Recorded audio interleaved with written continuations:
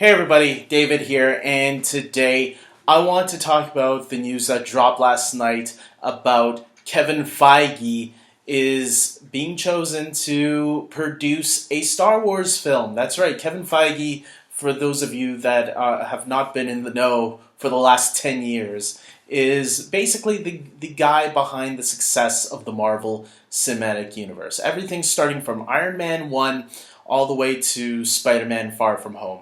He has been the guy in charge, calling the shots from day one.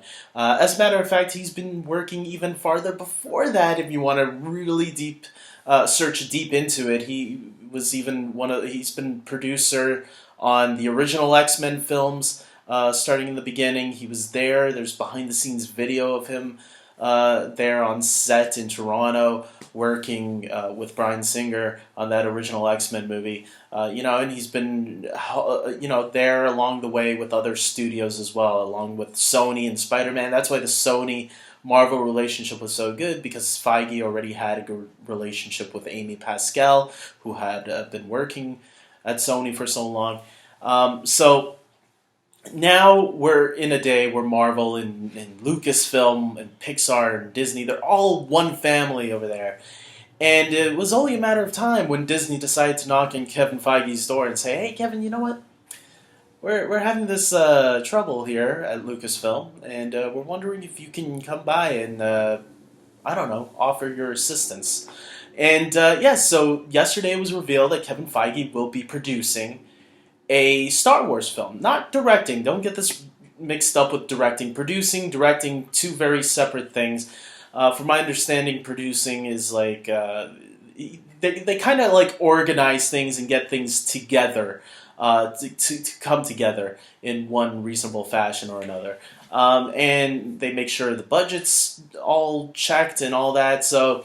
And everything's lining up with everybody. So, with the director, with the writers, with the actors, etc. They put all of that stuff together. There's obviously other producers, like co-producers and assistant producers, etc., etc. But Kevin Feige is like the top producer, the executive producer. So he has done all the work on all these Marvel films. In some essence, he's the showrunner of the MCU, because I like to compare it to television. And in television, the showrunner is someone who runs the ship on the entire show. And usually, again, that's the executive producer.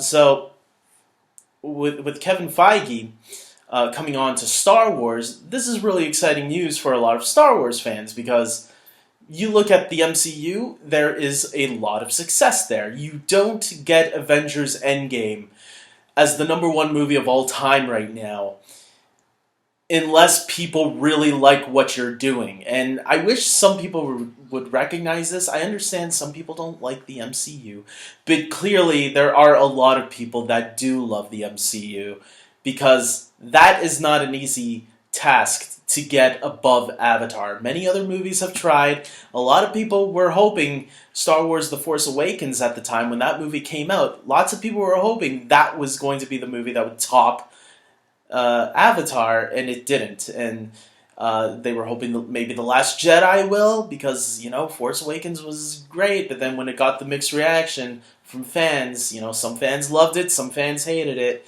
It did not get there.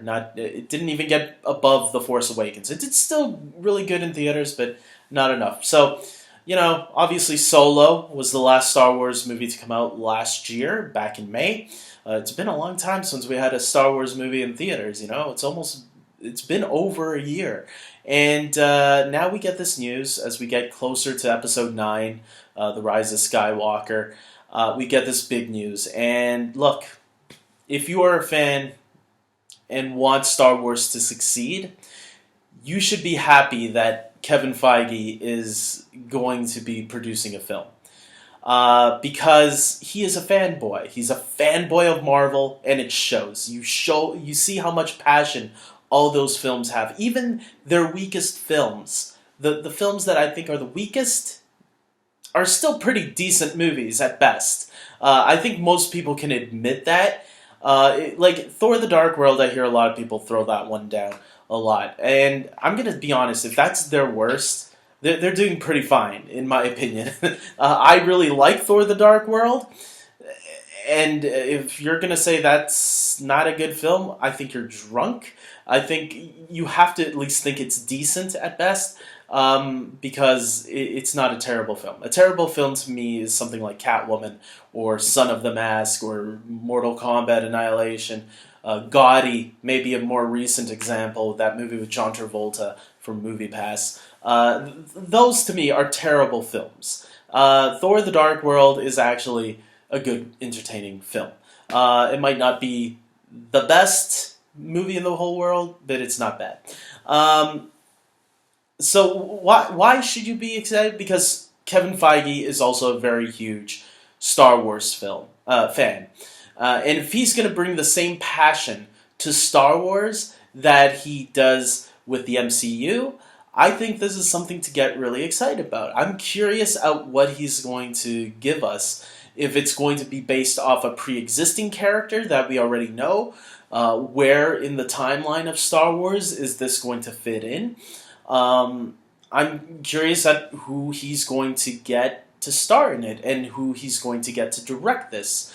Because directors and actors and even the writers are all things that you're going to need to get you even more excited and what the story is going to be. But I'm not going to lie, I think this is already a great start that they're letting Kevin Feige do this. Now, some people are saying that they think this means that Kevin Feige is eventually going to replace Kathleen Kennedy as the head honcho at Lucasfilm.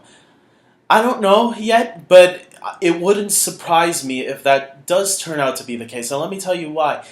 You don't get a producer who's been taking care of the MCU for this long, shift him over to another franchise. Maybe you do, maybe you don't. But let's remember when John Lasseter used to work at Disney. He's obviously not there anymore because of the harassment scandal that happened last summer, I believe.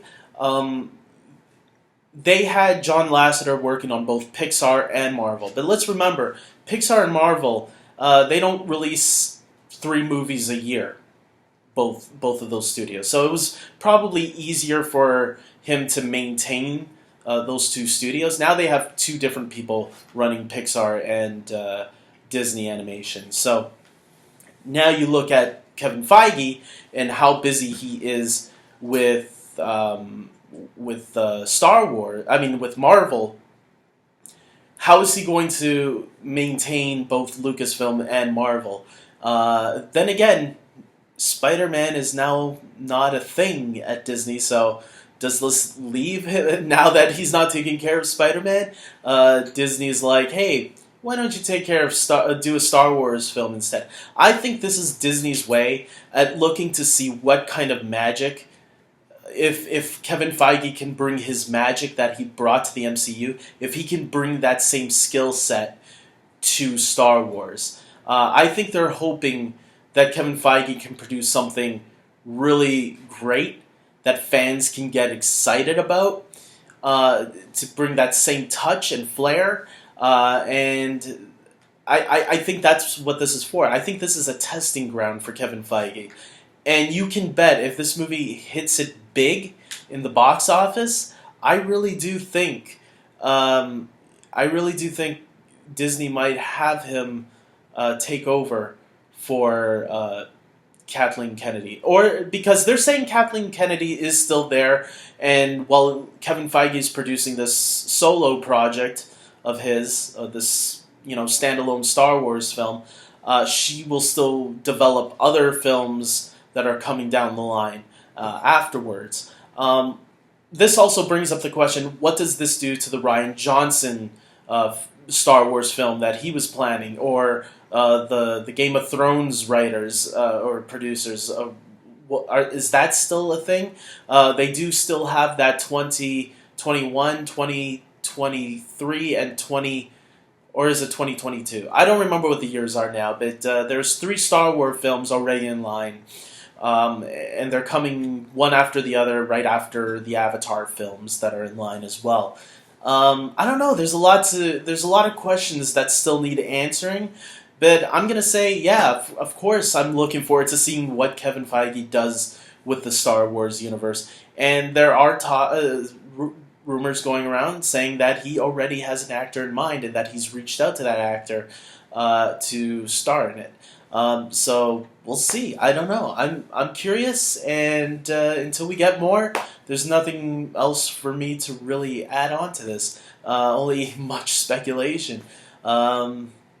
So yeah, we'll see. So guys, comment below. Tell me your thoughts on all this. Are you excited to see Kevin Feige take over or produce a Star Wars fan? We don't know if he's going to take over, and we shouldn't get excited if he is, because Kathleen Kennedy is a smart producer. She knows what she's doing. I know a lot of people didn't like The Last Jedi.